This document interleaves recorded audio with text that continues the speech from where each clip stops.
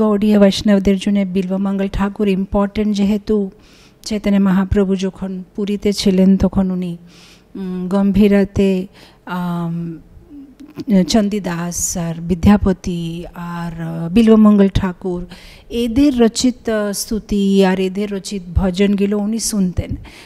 চৈতন্য চরিতামৃতমে 2 জায়গাতে এটা মেনশন করা আছে ওদের নামের সাথে, যে মহাপ্রভু বিল্বমঙ্গল ঠাকুরের কৃষ্ণ কর্ণামৃতম উনি শুনতেন। তো বিল্বমঙ্গল ঠাকুর অনেক কি বলে ফেমাস আচার্য, specially not only Gaudiya Vaishnava, অন্য অন্য বিভিন্ন সম্প্রদায়, যেরকম বিষ্ণু স্বামী সম্প্রদায় আছে, বল্লভাচার্য যে সম্প্রদায় আছে, সেখানে ওরা বিল্বমঙ্গল দাস ঠাকুরকে খুব মানে। আর মানে নামে আমরা বলি বিল্বমঙ্গল ঠাকুর, কিন্তু বল্লভাচার্য সম্প্রদায়ে যাকে সুরদাস বলে ডাকছে সেই বিল্বমঙ্গল ঠাকুর। তো বিল্বমঙ্গল ঠাকুরের জন্ম হয়েছিল দক্ষিণ ভারতে কেরালাতে, মানে ত্রিশূর একটা জায়গা আছে, সে ত্রিশূর জায়গাতে ওনার জন্ম হয়েছে একটা ব্রাহ্মণ পরিবারতে। তো ওরা মানে উনি ব্রাহ্মণ পরিবারে জন্ম নিয়েছে, কিন্তু প্রথমে উনি মানে ভক্ত ছিলেন না, উনি কি বলে ভৌতিক বিষয়ে মগ্ন ছিলেন। আর ব্রাহ্মণ কুটুম্বে জন্ম নিয়েছে, কিন্তু ব্রাহ্মণে কোনো গুণ ছিল না। আর উনি বেশ্যাগমন মানে বেশ্যার কাছে যাওয়া আর কোনো নিয়ম পালন করতেন না। তো ওনাকে প্রথমে একটা বেশ্যা যার নাম ছিল চিন্তামণি, তার উপরে খুব বেশি আসক্তি ছিল। আর একদিন এরকম হয়েছে যে ওনার বাবা মারা গেছে। যখন বাবা মারা গেছে তখন যে শ্রাদ্ধ সেরেমনি হয়, শ্রাদ্ধ সেরেমনির যে ব্রাহ্মণটা মানে শ্রাদ্ধ সেরেমনি করছে তাকে ও তাড়াহুড়ি করছে যে জলদি করো আমাকে কোথাও যেতে হবে। আর শ্রাদ্ধ সেরেমনি শেষ হওয়ার পরে ইনি কী করেছেন, বিল্বমঙ্গল ঠাকুর যে বেশ্যার জন্য কিছু প্রসাদ প্যাকিং করে ও মানে নদী ক্রস করে যেতে হবে, ওর বাড়িটা অন্য পাশে ছিল। তো নদী ক্রস করে যাবে কি করে, বিকেল হয়ে গেছে, মানে রাত হয়ে গেছে, বৃষ্টি পড়ছে, লাইটনিং থান্ডার হচ্ছে, আর কোনো নৌকা দেখা যাচ্ছে না। কিন্তু কামে এত আতুর ছিলেন উনি যে নৌকা না পেলেও ভাবছে যে যদি কিছু মানে বৃষ্টি পড়ছে, তো বৃষ্টি পড়ার সময় কী হয়, অনেক সময় ওই বড় বড় গাছগুলো হয়ে পড়ে যায়। তো উনি ভাবছে যে কোনো একটা গাছের যে কাঠ থাকে সে কাঠের উপরে মানে আমি ফ্লোট হয়ে চলে যাব। তো মানে বিকেল হয়ে গেছে, অন্ধকার, কিছু দেখা যাচ্ছে না। তো উনি দেখলেন যে কোনো একটা কাঠের মতন কিছু দেখা যাচ্ছে দূরে থেকে, যেটা জলের উপরে ভাসছে। তো তার উপরে ওটা উনি বসে কোনো রকম নদীর ওই পাশে চলে গেছে।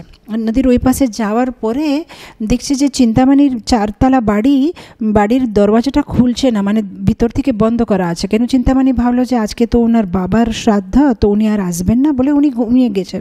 আর ইনি মানে দরওয়াজা চেষ্টা করছে, হচ্ছে না। আর 4তলা বাড়ি, তো উনি কী করেছেন, একটা দড়ি দেখেছে। তো একটা দড়ি আছে বলে দড়িটাকে ধরে কোনো রকম উপরে মানে চেপে ওই যে উইন্ডো থাকে, জানালা থাকে, সে জানালা থেকে ভিতরে ঢুকে গেছে। আর চিন্তামণি মানে হঠাৎ করে কে এসেছে রুমে, মানে কে ঘরের ভিতরে কে এসেছে মানে ভয় পেয়ে গেছে। তখন বিল্বমঙ্গল ঠাকুরকে দেখে বলছে যে এটা কি? বলছে না আমি তোমার জন্য মানে কিছু নিয়ে আসলাম, আমি অনেক কষ্ট করে তোমাকে দেখতে জন্য আসলাম। তখন চিন্তামণি রাগে বলছে যে আমার যে শরীরটা সেটা কি হাড় মাস রক্ত পস দিয়ে বানানো শরীরের উপরে আপনার এত বেশি আসক্তি আছে? যদি এর থেকে আধা আসক্তি যদি ভগবানের উপরে থাকতো তাহলে আপনি ভগবানের শুদ্ধ ভক্ত হয়ে যেতেন আর ভগবানকে পেয়ে যেতেন। তো যখন এই কথাটা চিন্তামণি বলে, তখন বিল্বমঙ্গল ঠাকুর হঠাৎ করে ভাবছে যে হ্যাঁ, এটা তো সত্যি, আমি কি করছি, আমার জীবনটা আমি নষ্ট করে দিচ্ছি। তো সাথে সাথে মানে চিন্তামণির কথা শোনার পরে উনি মানে চলে যাচ্ছে। আর যেটাকে উনি দড়ি ভাবছিলেন সেটা দড়ি ছিল না, সেটা ছিল মানে সাপ। কিন্তু কামে এত আতুর ছিলেন যে উনি বুঝতেই পারলেন না যে আমি সাপ ধরে উপরে আসছি। আর যেটা উনি ভাবছিলেন যে কোনো কাঠ ভাসছে জলে, ওটা কাঠ ছিল না, ওটা ছিল কারো মৃত শরীর যেটা ভাসছিল। কিন্তু ওই কামবাসনা দিয়ে এত উনার মন আতুর হয়ে আছে, উনি কি করছেন সেটা উনি নিজে বুঝতে পারছেন না। আর এইগুলো চিন্তামণি দেখে অবাক হয়ে গেছে যে এত বেশি আমার উপরে আসক্তি আছে, যদি ভগবানের উপরে আসক্তি হলে কত ভালো ছিল। তো এই কথা বলার পরেই বিল্বমঙ্গল ঠাকুরের মনে মধ্যে মানে একটা কি বলে চেঞ্জ চলে আসে, আর মানে ভাবছে যে না আমি এখন ভগবানের ভক্তি করব, আমি বৃন্দাবন চলে যাব।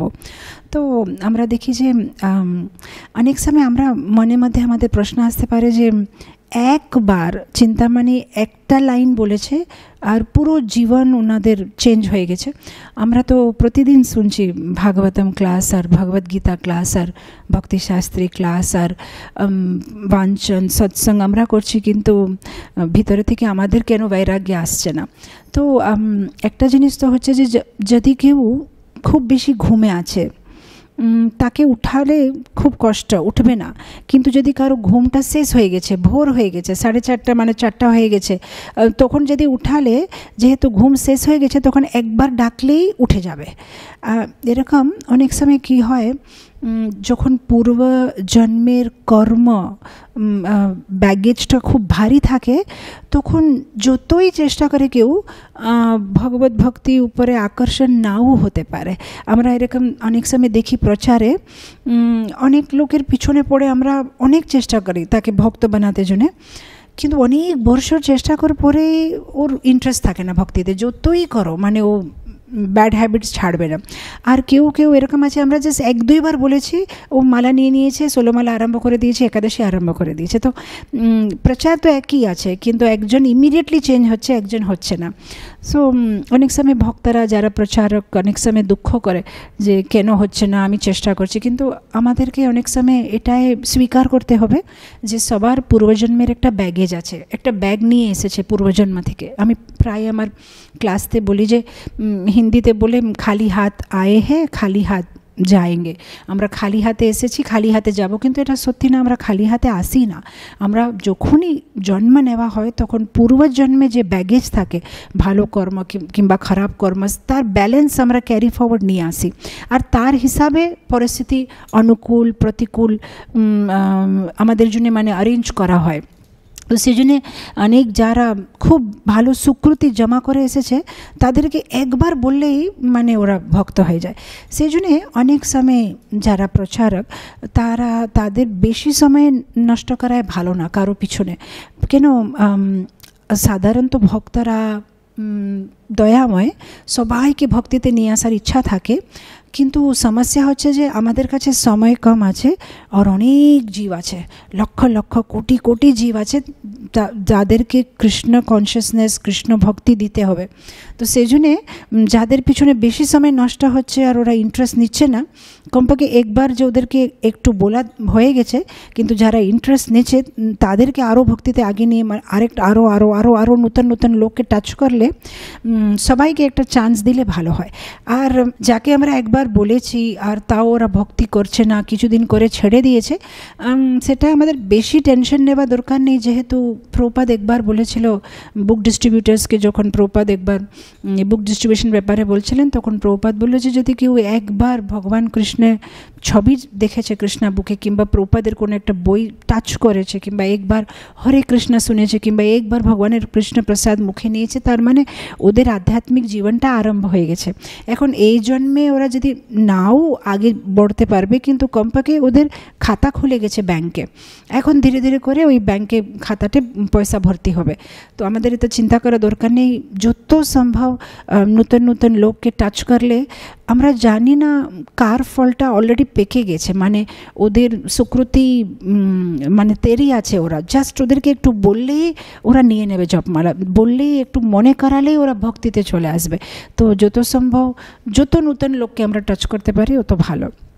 এখানে আমরা দেখি যেহেতু বিল্বমঙ্গল ঠাকুরের সুকৃতি মানে অনেকটা মানে উনি রেডি হয়ে গেছে মায়ার যে কি বলে পিসাচির কোলে, উনি মানে ঘুম থেকে অলরেডি মানে শেষ হয়ে গেছে, উঠে গেছে, একদম এক ডাকেই উঠে গেছে।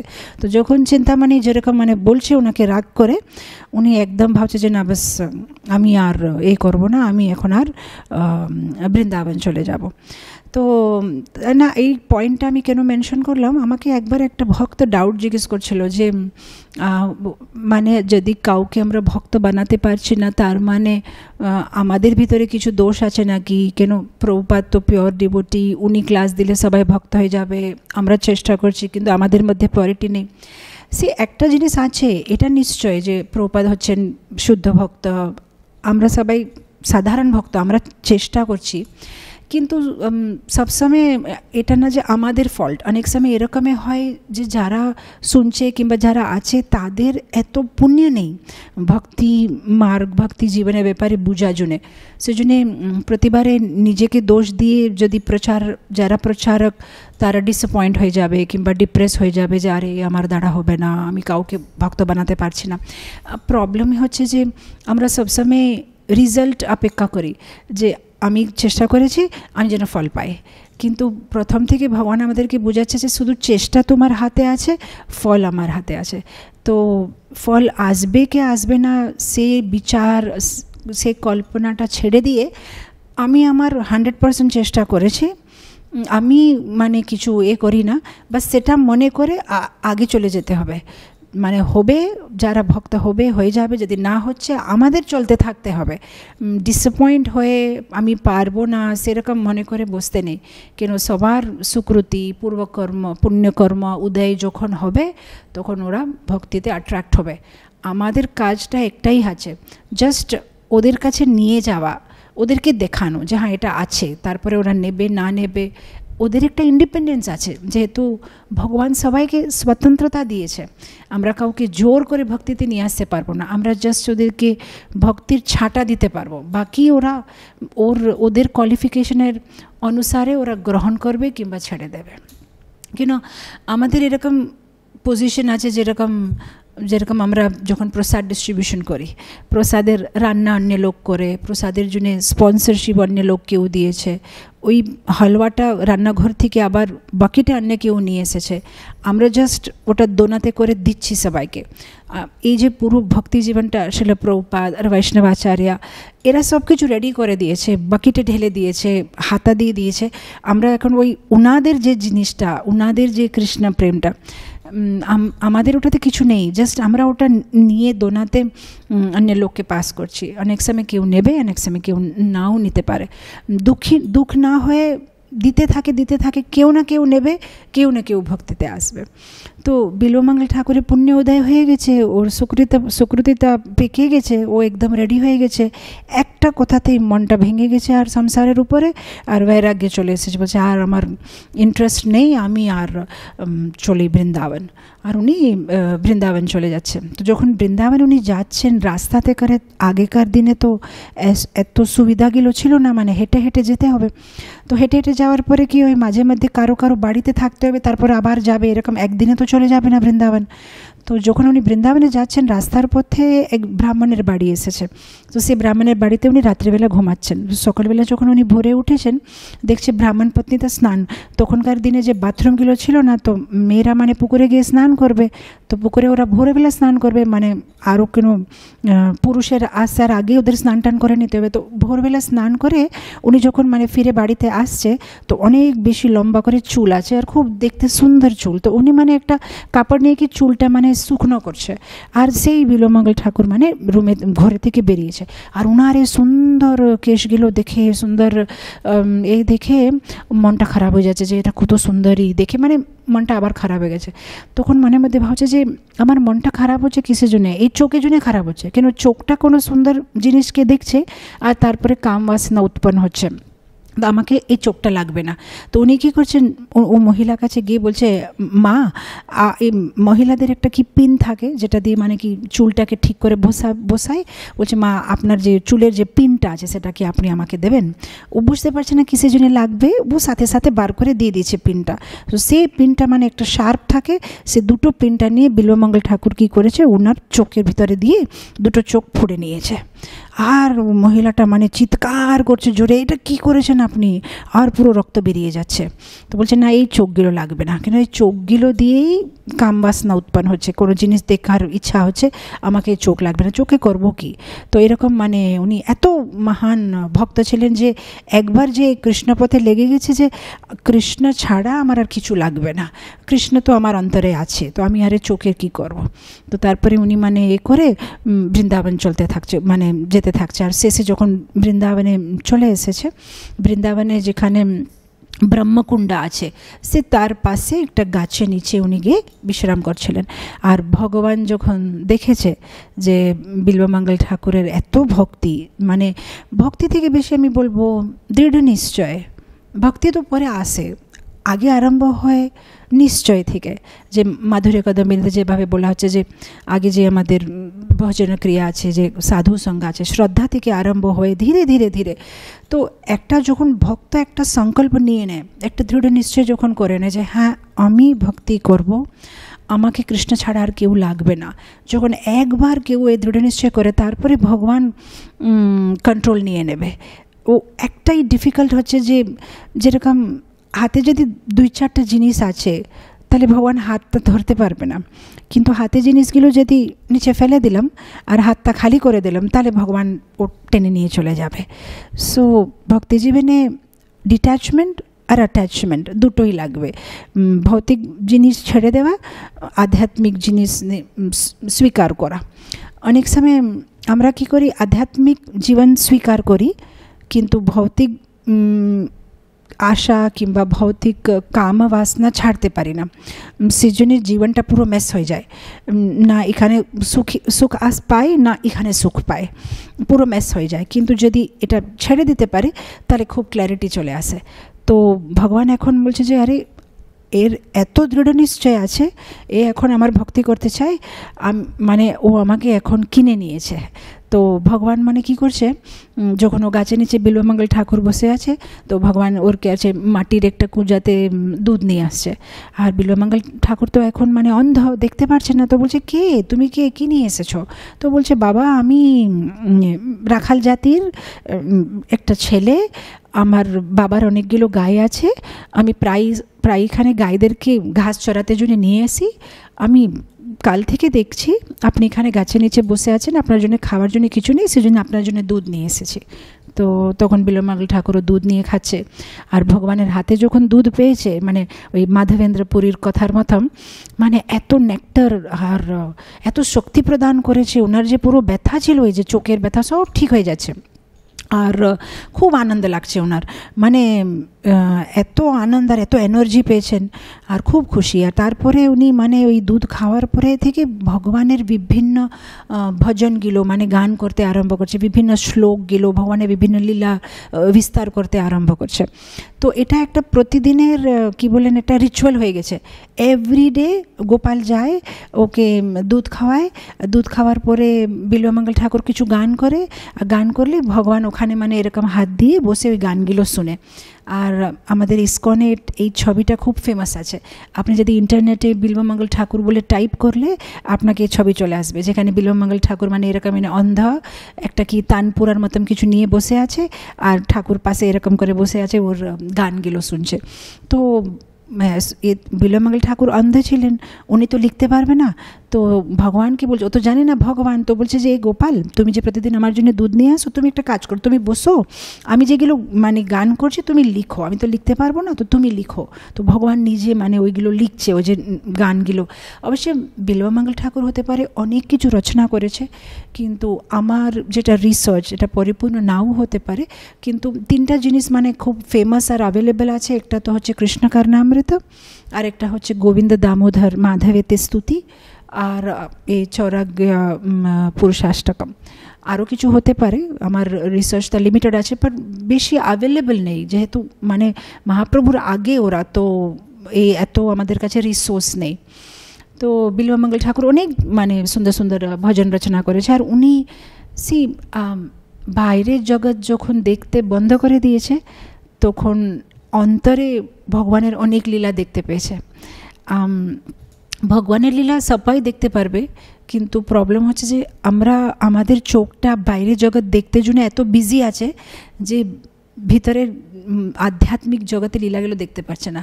কিন্তু ইনি যেন বাইরের জগতের দরওয়াজাটা শাটার বন্ধ করে দিয়েছে, সেজন্য উনি সাক্ষাৎ ভগবানের লীলাগুলো দেখতে পাতেন। আর যে লীলাগুলো উনি দেখছেন সেটা উনি মানে স্মরণ করছে আর সেটা গান করছে। ইনফ্যাক্ট যদি সম্ভব হয় কালকে আমার ইচ্ছা আছে যে গোবিন্দ দামোদর মাধবেতি স্তুতি নেব।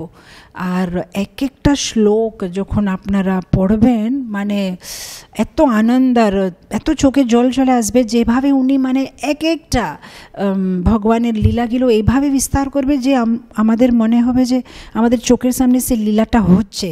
আজকে এই গোপীটা এরকম এসেছে, আর গোপী দেখতে কীরকম তারে বিস্তার দিয়েছে। ওর চোখটা কমল পুষ্প মতন আছে, ওর হাতে একটা টিয়া পাখি আছে, টিয়া পাখির যে বিকটা সেটা লাল রঙের আছে, আর ও এরকম করে চলছে, তারপরে এরকম করে বলেছে, মানে এইরকম যেরকম মনে হচ্ছে একটা পিকচারের মতন ছবি উনি দেখে দেখে বলছে। এত সুন্দরভাবে উনি যে পুরো স্তুতির রচনা করেছে। তো তারপরে বিল্বমঙ্গল ঠাকুরের খুব আনন্দ লাগছে। তারপরে একদিন কি হয়েছে, ভগবান তো দিনে একবার এসে দুধ দিয়ে চলে যাচ্ছে। একদিন উনি গান করতে করতে করতে মানে চলে যাচ্ছিল, আর বৃন্দাবন তো মানে একটা জঙ্গলের মতন, আর তখনকার দিনে তো আরও জঙ্গল ছিল, এখন তো অনেকটা মানে বিল্ডিং টিল্ডিং আছে। তো হাঁটতে হাঁটতে উনি একটা শুকনো ওয়েলের ভিতরে, ওয়েলকে আবার বাংলাতে কি বলে, মানে যেখান থেকে জল বার করা হয়, অনেক সময় সেটা শুকনো হয়ে যায়, সে শুকনো ওটার ভিতরে পড়ে গেছে। আচ্ছা, পড়ে গেলে উনি বুঝতে পারছেন না যে উনি একটা হোলের ভিতরে আছে, উনি ওখানে ভজন করছে, কিন্তু হাত দিয়ে দেখছে যে এখানে আমি কোথায় আছি। তো উনি ভজন করতে থাকছে। তো সেদিনে যখন ভগবান ওনার জন্য দুধ নিয়ে আসে, দেখছে যে বিল্বমঙ্গল ঠাকুর নেই, তা কিন্তু ওর ভজনগুলো শোনা যাচ্ছে। তো ভগবান ওর কাছে যাচ্ছে, তারপর দেখছে যে ও তো নিচে ওয়েলের ভিতরে পড়ে আছে। তা ভগবান কী করেছে, ওর হাত দিয়েছে, হাত দিয়ে বাবা আমার হাত নো, ও গোপাল তুমি চলে এসেছো। আর মানে বিল্বমঙ্গল ঠাকুর কী করেছে, ভগবানের হাত ধরেছে, আর ভগবান ধীরে ধীরে করে ওনাকে উপর নিয়ে এসেছে। তো আজ পর্যন্ত কী হচ্ছিল যে ভগবানের হাতে যে মাটির কুঞ্জাতে দুধ আসতো সেটা খেয়েছেন, কিন্তু ভগবানকে কোনো দিন ছুঁয়ে নেই। আর এবারে ভগবানকে ছুঁয়েছে উনি, আর যখন উনি টাচ করেছে ভগবানকে, তাকে মানে করেছে, এখন মানে পুরো শরীরটা মানে একদম রোমাঞ্চ হয়ে গেছে। আর উনি বলছেন তুমি কৃষ্ণ, আমি বুঝে গেছি তুমি কে, আমি বুঝে গেছি। আর যখন বিল্বমঙ্গল ঠাকুর বলছে তুমি কে, আমি বুঝে গেছি, ভগবান কী করেছে, সাথে সাথে ওর হাতটা ছেড়ে চলে যাচ্ছে। আর যখন হাতটা ছেড়ে চলে যাচ্ছে, তখন উনি তো বুড়ো, তাও চেষ্টা করছে একটু ছুটতে, কিন্তু ছুটলে যাবে কোথায়, দেখতে তো পারছে না কোথায় গেছে, অন্ধ। তখন উনি একটা খুব সুন্দর একটা গান, মানে একটা কিছু একটা শ্লোকের সৃষ্টি করছেন। উনি বলছেন, हाथ छुड़ाई के जई रयो हो, हृदय से जाओ तो मानू, हृदय से जाओ तो मानू। এটা অনেক ভার্সন আছে, মানে লোকাল ব্রজবাসী ভার্সন আছে, আবার সংস্কৃতের আছে, ব্রজ ভাষাতে আছে, কিন্তু মূল মিনিংটা হচ্ছে যেখানে সুরদাস বলছে, সরি বিল্বমঙ্গল ঠাকুর ভগবানকে বলছে, আচ্ছা আমি বুড়ো আছি বলে, অন্ধা আছি বলে, তোমার পিছনে ছুটতে পারবো না বলে তোমার আমার হাত মানে হাত ছুড়ায় আমার হাতটা ছেড়ে তুমি পালিয়ে গেছো, ওকে কোনো অসুবিধা নেই, যাও যেখানে যাবে, কিন্তু আমার হৃদয়ে তোমাকে যে বন্ধন করে রেখেছি সেখান থেকে কিন্তু তুমি যেতে পারবে না। যেহেতু আমি তোমার পিছনে ছুটতে পারছি না, আমাকে ছেড়ে চলে গেলে, কিন্তু হৃদয়ের ভিতরে তোমাকে যে আমি রেখেছি বন্দি করে, তুমি সেখান থেকে যেতে পারবে না। আর বিল্বমঙ্গল ঠাকুরের পূর্বজন্ম খুব ইন্টারেস্টিং আছে, সেটা আমি হিজ হোলিনেস মহানিধি স্বামীর কাছে থেকে শুনেছিলাম যে বিল্বমঙ্গল ঠাকুর ওনার পূর্বজন্মতে একটা সন্ন্যাসী ছিলেন, খুব ভালো সন্ন্যাসী, খুব ভালো ভক্ত। আর ওনার এত আসক্তি ছিল ভক্তদেরকে প্রসাদ খাওয়ানো, মানে ওনার একটাই কাজ, ভাগবত সপ্তাহ করবে আর যারা আসবে তাদেরকে প্রসাদ খাওয়াবে, দুটো জিনিসই। তো ওটার জন্য তো পয়সা লাগবে। তো একবার এরকম হয়েছে, ভাগবত সপ্তাহ হয়ে গেছে কিন্তু প্রসাদ খাওয়াতে জন্যে পয়সা নেই। তো উনি মানে ঘুরে বেড়াচ্ছে যে কোথায় কার থেকে দান পাবো, কার থেকে পয়সা নেব। তখন ঘুরতে ঘুরতে শ্মশানের দিকে চলে যাচ্ছে। যখন শ্মশানের দিকে যায়, উনি কি দেখছেন, একটা রাজকুমারী মারা গেছে। ও রাজকুমারী মারা গেছে, তো মানে রাজকুমারী ওটায় ওর বিয়ে হয় না, 18 বছরে সুন্দর। তো সেই জন্য ওরা কী করেছে, যেহেতু উনি রাজকুমারী, ওনাকে ভালোভাবে সাজিয়েছে পুরো আভূষণ দিয়ে, আর ওনার মৃত শরীরটাকে মানে এরকম করে 4 জন করে নিয়ে যাচ্ছে, আর পুরো মানে রাজার সবাই মানে ওনাকে শ্মশানে নিয়ে যাচ্ছে। তো ওনার এই সন্ন্যাসীর মানে মনের ভিতরে একটাই আসলো যে আমি কি করব, এই রাজকুমারীর সব আভরণগুলো নিয়ে নেব আর এটা বিক্রি করে আমি প্রসাদ খাওয়াবো। তো উনি মানে ওয়েট করে আছে যে সবাই যখন চলে যাবে ওকে সমাধি দিয়ে, তখন আমি নিয়ে নেব।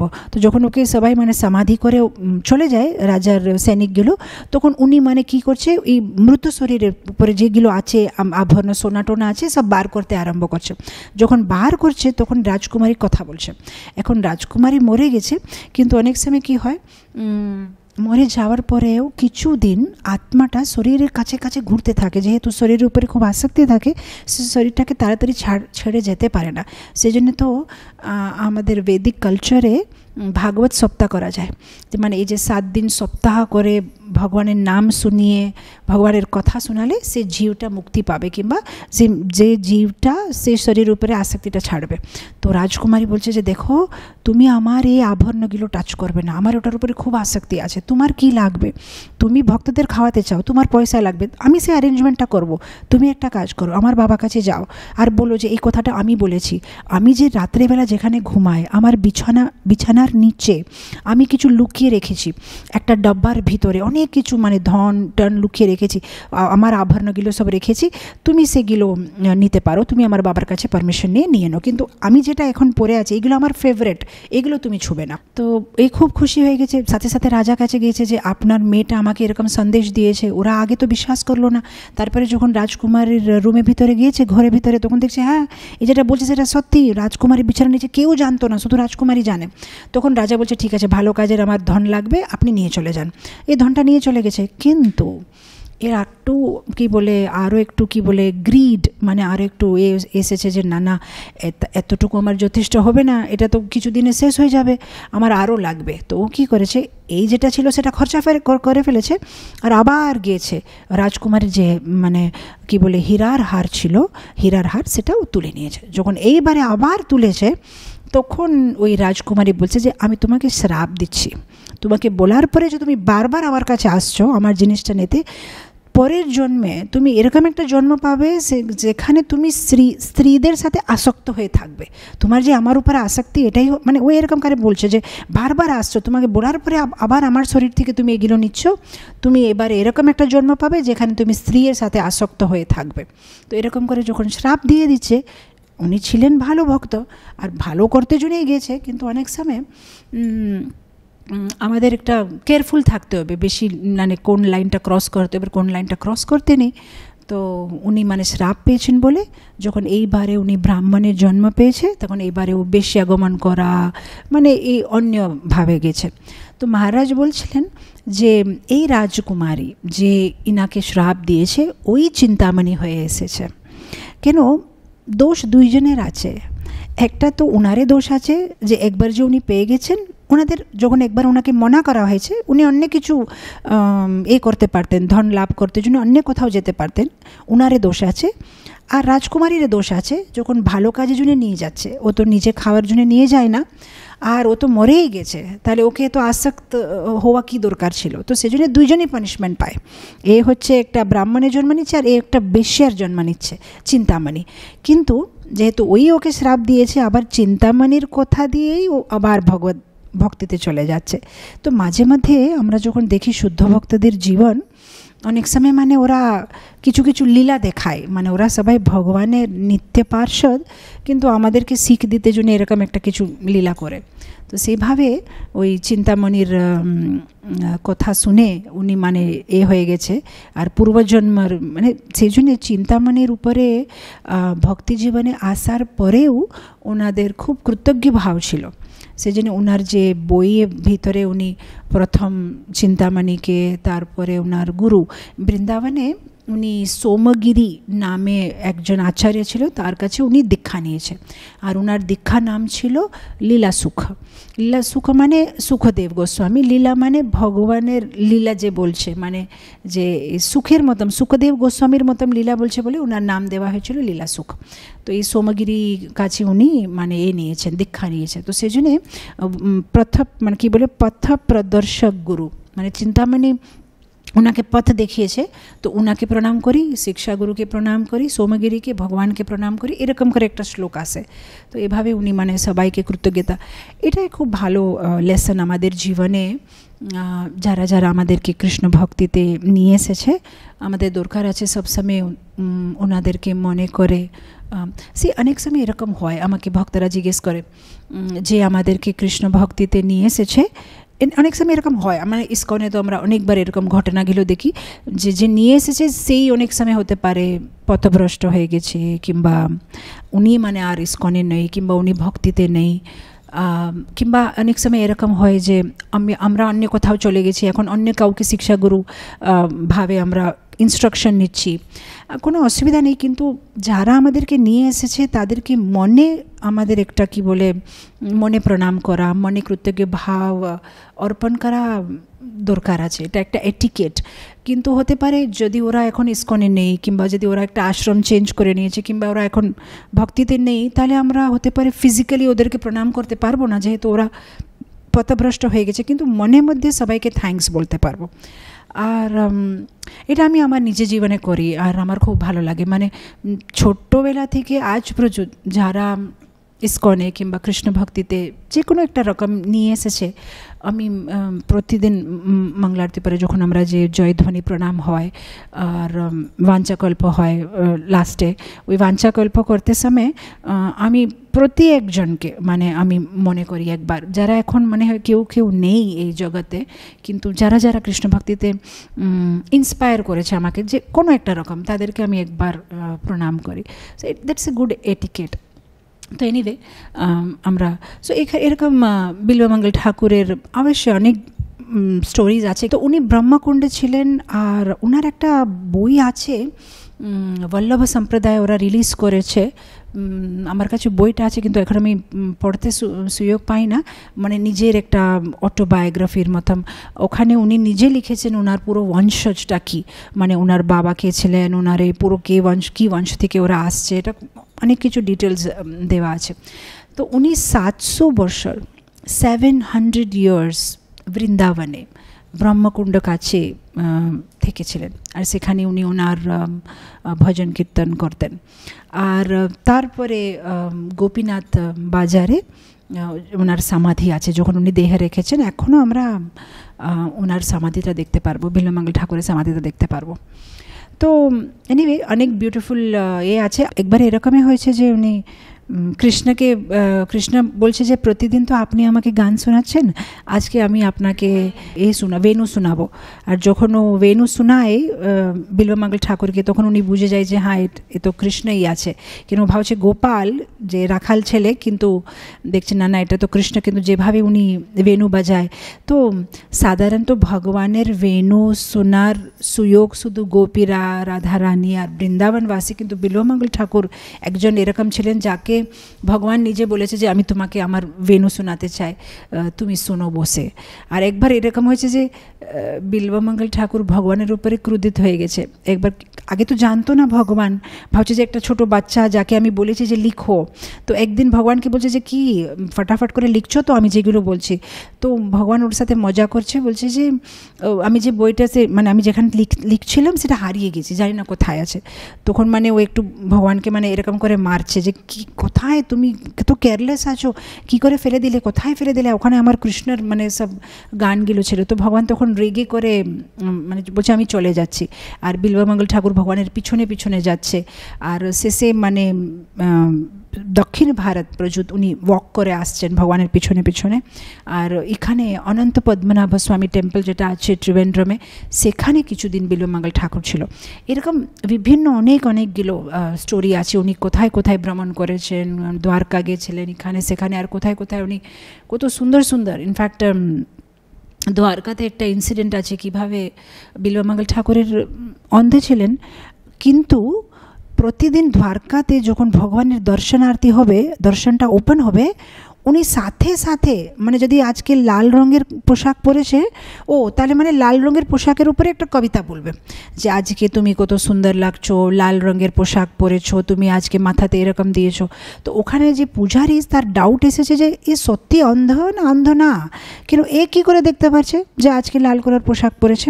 তো ওর মানে ভাবছে যে আমি একবার ওকে টেস্ট করব, মানে হচ্ছে কেউ ওকে বলে দিচ্ছে না কি কানে করে না কি করে জানছে ও যে আজকে লাল রঙের পোশাক পরেছে। তো একবার কী করেছে, ও ভগবানকে কিছু পোশাক পরাই না, ও এমনি মানে দর্শনার্থীতে খুলে দিয়েছে যে দেখি আজকে কি বলবে, মানে হচ্ছে কিছু গেসিং করে বলে দিচ্ছে যে আজকে লাল বলবো, পরশু দিন ইয়েলো বলবো, আর এমনি মানে কোইন্সিডেন্স এটা হয়ে যাচ্ছে। তো এবারে কিছুই পড়ায় নেই। তো যখন কিছুই পড়ায় না, তো তার উপরে বিল্বমঙ্গল ঠাকুর একটা গান করছে যে আজকে পুরো ব্রহ্মাণ্ডের নাথ নগ্ন হয়ে দাঁড়িয়ে আছে, কি ব্যাপার বলে একটা গান আবার আরম্ভ করছে। তখন পূজারি লজ্জা পেয়ে যাচ্ছে যে এর তো ভিতরের চোখ আছে, ও ভগবানকে দেখতে পারছে। তো তারপরে ও সাথে সাথে সমাজ আছে। এরকম বিভিন্ন জায়গায় সেখানে বিল্বমঙ্গল ঠাকুর যেখানে যেখানে গিয়েছিলে অনেক সুন্দর সুন্দর গল্পগুলো আছে। এখানেই শেষ করব, অনেক দেরি হয়ে গেছে। হরে কৃষ্ণ।